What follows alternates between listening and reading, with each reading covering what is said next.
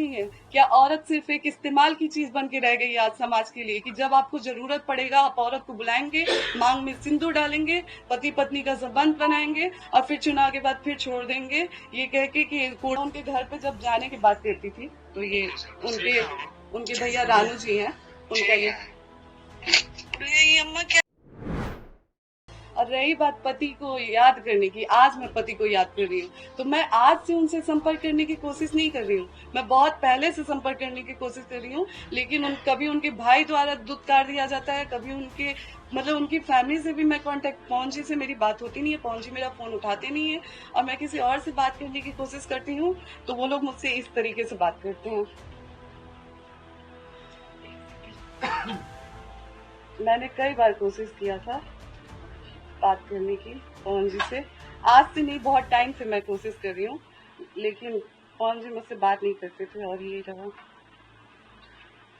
उनसे संपर्क करना चाह रही हैं? जी, ये गलत बात है कि मैं चुनाव के टाइम उनसे संपर्क करने की कोशिश कर रही थी, मैं बहुत टाइम से उनसे बात करने की। हाँ, जब लोकसभा चुनाव के पहले हमारी कोई बातचीत नहीं थी, उस समय मैं भी संतुष्ट हो गई थी कि पवन जी ने मुझ पे डाइवोर्स फाइल कर दिया है। और पहले तो मैं ये क्लियर कर दूं लोगों से कि डाइवोर्स हमारे तरफ से नहीं फाइल हुआ है, डाइवोर्स पवन जी की तरफ से फाइल किया गया है।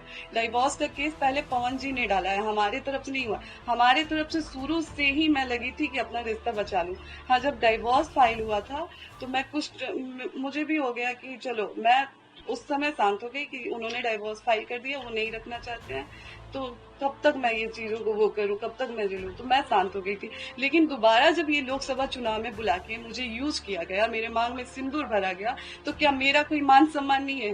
क्या औरत की कोई इज्जत नहीं है? क्या औरत सिर्फ एक इस्तेमाल की चीज बन के रह गई आज समाज के लिए कि जब आपको जरूरत पड़ेगा आप औरत को बुलाएंगे, मांग में सिंदूर डालेंगे, पति पत्नी का संबंध बनाएंगे और फिर चुनाव के बाद फिर छोड़ देंगे, ये कह के कि कोर्ट में मामला है? ये कहाँ से इंसाफ है और ये कहाँ का इंसाफ है? आज पवन जी कह रहे हैं चुनाव के टाइम, तो छोड़े तो आप भी थे हमको चुनाव से पहले, तो फिर चुनाव के टाइम आपने क्यों याद किया? राजनीति के लिए मैं गिरी हुई हूँ या आप कर रहे हैं काम? और रिकॉर्डिंग, एक सेकंड बस, एक रिकॉर्डिंग उनके, मैं उनके घर पे जब जाने की बात करती थी तो ये उनके भैया रानू जी हैं, उनका ये अम्मा क्या स्टेटमेंट दी है बताइए तो। क्या चीज?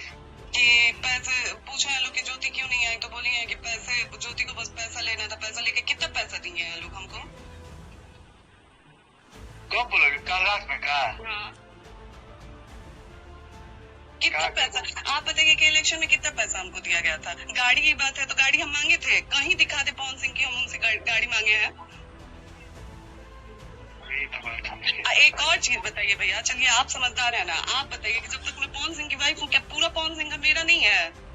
आज अगर घरों पे हम आगे रहना चाहे तो कोई हमको निकाल देगा?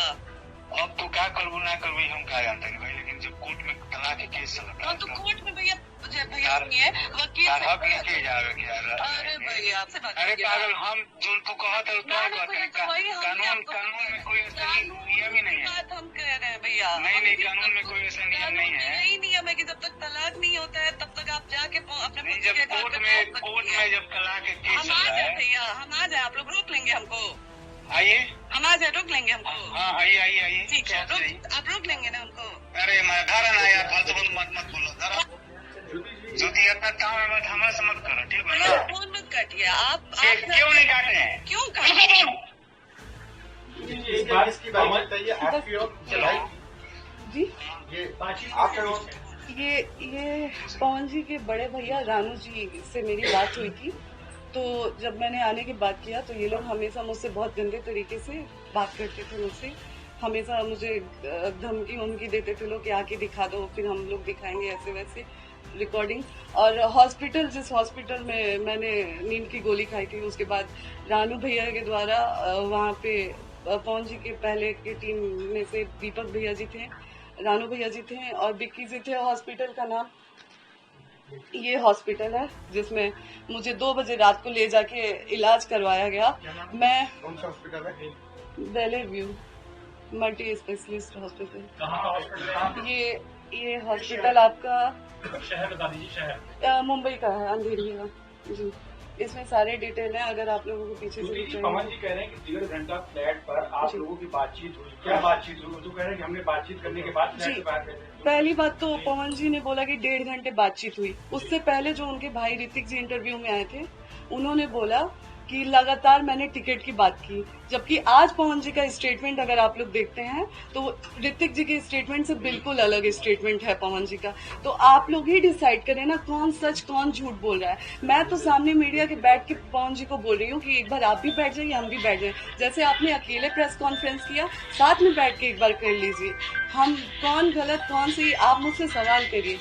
मैं आज तक पूछते आई हूँ कि मेरी गलती क्या है, मेरी कौन सी ऐसी गलती है, मेरी ऐसी कौन सी गलती है जो आज 7 साल से मैं झेल रही हूँ, लेकिन आज तक पवन जी ने कभी मुझे जवाब नहीं दिया। 1.5 घंटे कोई बातचीत नहीं हुई आपकी? उनका इंतजार कर रही थी फ्लैट में, फिर उसके बाद आप वापस चली जी। गई। कौन सी ऐसी बात हुई थी कि आपने फिर उसके बाद ये कदम उठाया कि मैं यहाँ से चली जा रही जी, जब मैं पवन जी के फ्लैट में गई, वहाँ पे हम लोग बैठे, बिल्कुल पवन जी ने जो बात वहाँ पे बोली है कि हम लोग बैठे, नॉर्मली हमारी बातचीत हुई, कुछ ऐसा नहीं था, बहुत अच्छे से बहुत प्यार से बातचीत हुई मेरे पवन जी के बीच में।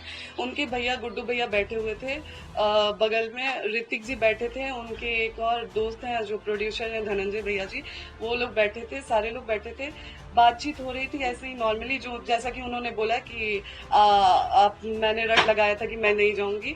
उनके भैया, जैसे ही मैं बैठती हूँ, उनके भैया द्वारा कहा जाता है कि आप ज्योति जो आप आई हैं, आप बात करिए और फिर यहाँ से जाइए, आप यहाँ पे रुक नहीं सकती हैं। मैंने बोला कि क्यों नहीं रुक सकती हूँ, क्या मेरे पति का घर है, आप लोग कैसे बोल रहे हैं कि मैं नहीं रुक सकती हूँ? तो नहीं आपको रुकने नहीं दिया जाएगा। हम बोले ठीक है भैया, आप मेरा हाथ पकड़ के बाहर निकाल दीजिए। तो फिर उन्होंने बोला कि देखा ये कुल फालतू बात मत करा, बस बात करा अपन, आइजा से जा। उस समय पवन जी ने एक शब्द नहीं बोला। और फिर चाय पानी वाली बात सच है कि उन्होंने चाय पानी के लिए बोला गया हम लोगों को कि चाय पानी पीजिए, आप लोग आराम से बैठिए। और फिर वहां से पवन जी निकल जाते हैं ये कह के कि 1 घंटे की मेरी मीटिंग है, 1 घंटे बाद आता हूँ तो आपसे बैठ के बात करता हूँ। जैसे ही वो वहां